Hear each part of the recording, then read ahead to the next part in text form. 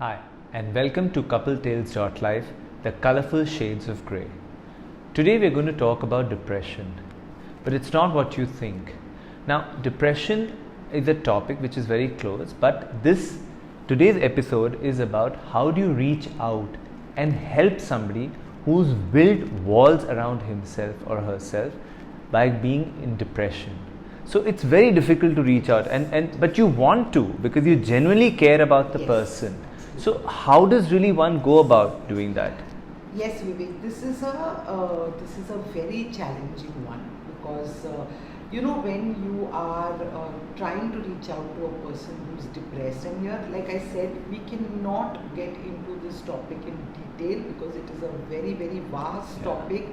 The symptoms, the way the person feels, everything is very unique and can't just belittle the whole respect it needs. So that's why I'm going to touch upon it in the next 10 minutes, whatever, and share whatever we can to help. So one of the things is that if you decide to help somebody who is going through depression, you have to be another level of selfless and compassion, because you have to constantly remind yourself that this is not about me, this is about the other person, right? And I have heard many friends and people tell me this, that it's so difficult to reach out, but then when they behave like this, even I can't take it and you can't do it like that. So then be realistic and do not offer that help, because the person who's depressed is fragile and is depressed. So until and unless you are not okay prioritizing that friend that you want to help, don't even go there. Then understand your own reality. If you can't be compassionate, also show the same compassion towards you, because you are also human. So there is only this much even you can take. So understand when you can't take, don't reach out to that person in that mindset. Go when you are ready to say, this is about you, I can make it only about you. Then even in your mindset, when you're in that state, reach out to the person. The second thing is that, a lot of, accept them. Accept the fact that they are depressed. A lot of people will say things like, what is this big deal? Okay, so why don't you just get out of the house? Okay, so why don't you just get up and have a bath? You'll feel better. Listen, they are unable to do this. So, what I mean by this is, even in conversations, when somebody says something, we start giving solutions. And it's quite annoying when you're not seeking, right? So when that person is saying that, it's difficult for me to get out, I don't feel like meeting people, accept it. There's something which you said has triggered. So a friend of mine actually said this, that, I don't want to meet, or I don't want, anything to do. But as a friend, you can't let the person go or sink further. So it's a very catch-22 situation. It's not a catch-22 situation, Vivek. You have to then just ask, okay, if you don't want to do this, is there something that you would like to do? Okay. And then the person will say, because see, the thing is, they know they have a problem, okay? There are a lot of times when you don't want to discuss that problem. So when people reach out, they'll say, you're depressed, what is happening in your life, what can we do?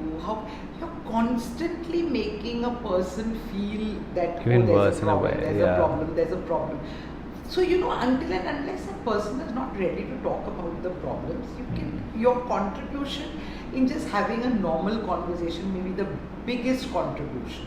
So that's what I meant by saying that accept them, because they're already feeling I'm not okay. So don't keep in different ways of communication telling them that, oh, you're not okay, oh, you're not okay. And that, see, like when you said this like that, I really want to help that person.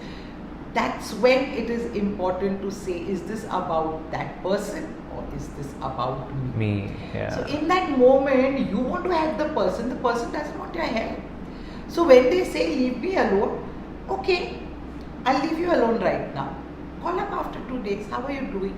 And the biggest thing is, I feel that, people want to discuss the problem all the time. Like, you know, Ah. they just want to. I'm saying, you know, leave that choice to the person. Yeah. You know, till then, there could be many, many small things that you can do. You know, okay, you know what, I'll come to your house and I know that you don't feel like being around people. I will get my book. I will sit there and I will read. But I just will feel a little reassured if I'm around you. Let me do this. So you're not putting that person in a spot and saying, sit here, you're depressed, we need to solve this, you know.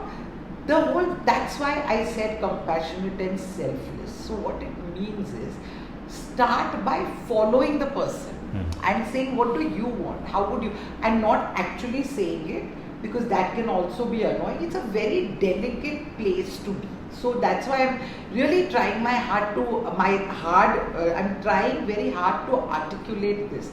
So you have to follow that person, you know, that what would you, not asking, but like I gave an example, you know, just, okay, you're worried that that person may, you know, not be okay being alone, then do this. But if you go there and then you say, okay, come, let's have chai, let's make chai. Now tell me, what did you do today? That person may not be in a state of mind To talk about it, yeah. So there are many, many ways of supporting.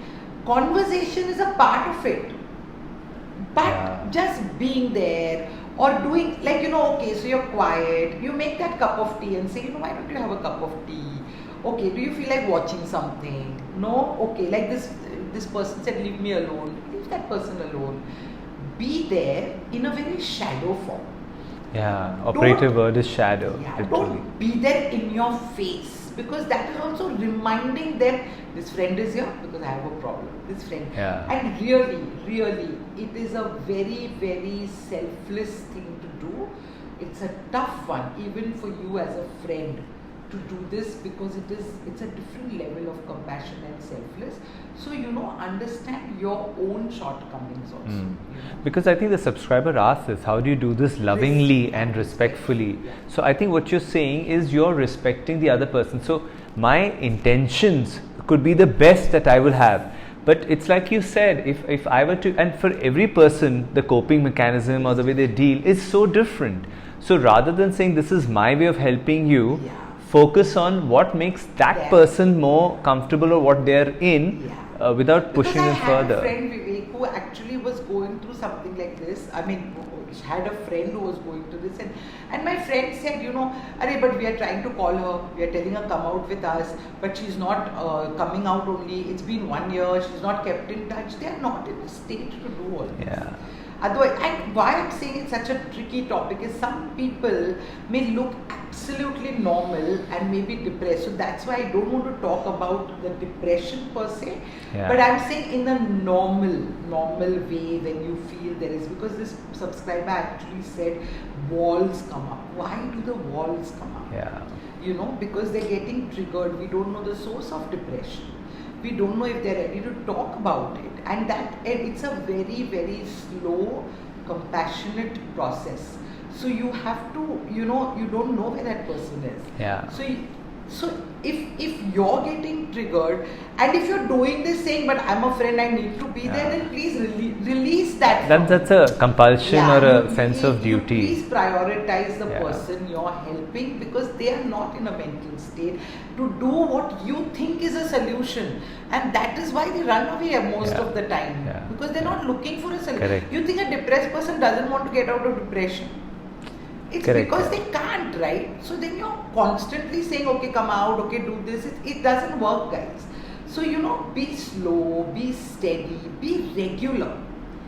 Be regular in their life. That doesn't mean call up every day, but just be this regular person. How will they trust that you're going to be there for you, for them? How will they trust that? So be regular. You'll have to be at it very, very gently and slowly, prioritizing them always, keeping your stuff aside, and that's not an easy thing to do, but if you choose it, it's beautiful, because it can help somebody, right?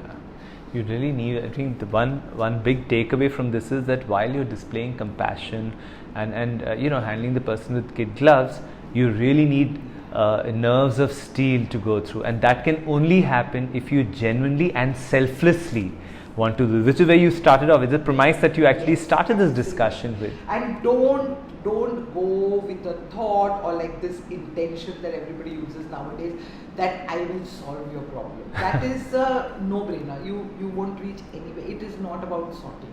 So if they don't feel like talking about their problems, guys, don't force them. Then is your curiosity about knowing what the problem is or helping that person? Yeah.